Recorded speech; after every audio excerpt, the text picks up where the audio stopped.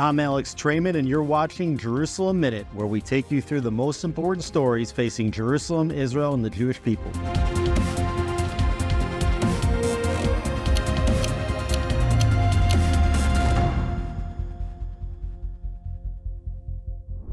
There was a report this week in the Wall Street Journal entitled "The Ruined Landscape of Gaza After Nearly 3 Months of Bombing.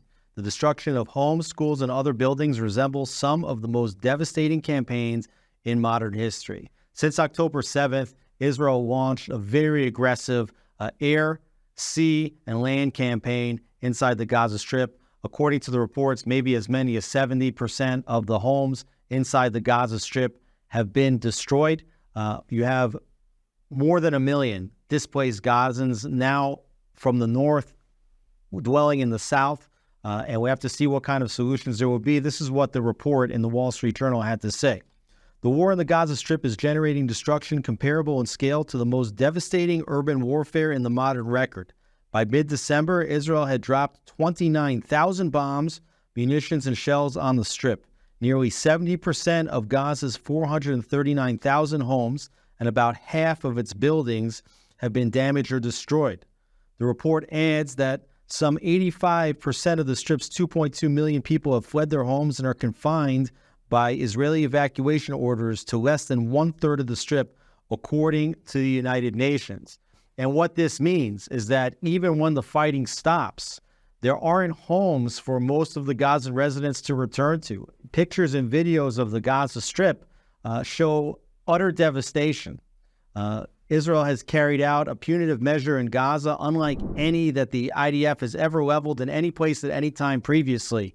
But the question of what's going to happen to the Gazans on the day after the war is hovering heavily over Netanyahu and Israel.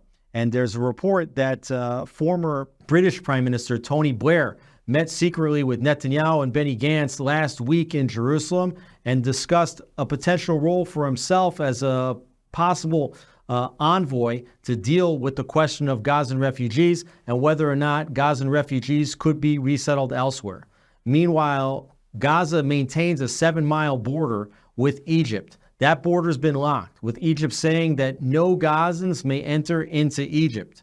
Questions as to whether that border could be open, whether Gazans that wish to flee the Strip could be allowed to go through the Rafah border into Egypt, even on a temporary basis, where they could then be shipped or flown to other countries, whether those are other countries in the Middle East, including potentially Yemen or Turkey, potentially also Egypt or Jordan, or whether some could be resettled in Europe or even in the United States or elsewhere.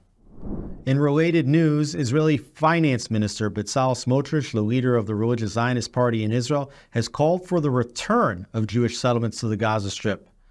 As we mentioned several times on the program, in 2005, Israel expelled 8,500 residents from 21 thriving Jewish communities in Gaza. If the disengagement has proven itself as a failure, there are many in Israel being led by Smotrich and other fellow party members, including Itamar Ben-Gvir, calling for a return of Jewish presence to Gaza. Speaking to Channel 12 News, Smotrich explained why he was pushing back against pressure from the United States and refusing to transfer tax payments over to the Palestinian Authority over concerns that the money will find its way to the Gaza Strip. He also goes on to discuss what will be Israel's policies or proposed policies in Gaza following the war. He says, we will be in security control and we will need there to be civil presence as well. I'm for completely changing the reality in Gaza, having a conversation about settlements in the Gaza Strip. We'll need to rule there for a long time. If we want to be there militarily, we need to be there in a civilian fashion.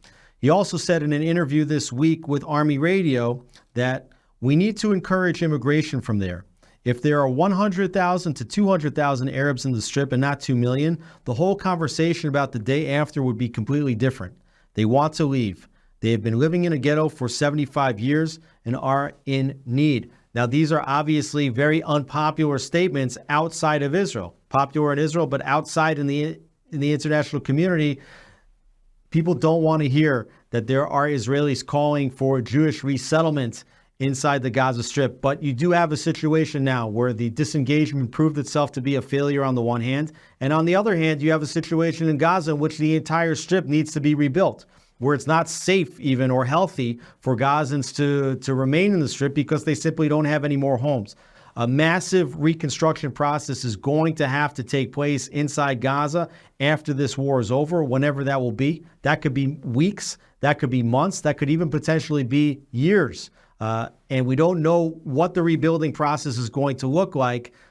In that time, the question is, can Gazans that want to leave the strip be allowed and permitted to do so?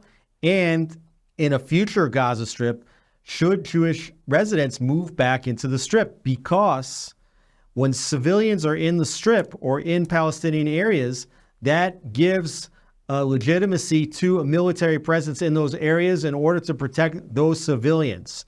So civilians actually do provide the basis for military positioning within critical areas. And this is what Smotrich is talking about. In fact, the 21 Jewish communities that were in the Gaza Strip were part of a five-finger plan that was laid out by the left-wing Labor Party as far back as the late 1970s in order to ensure that there was a civilian presence all up and down the Gaza Strip.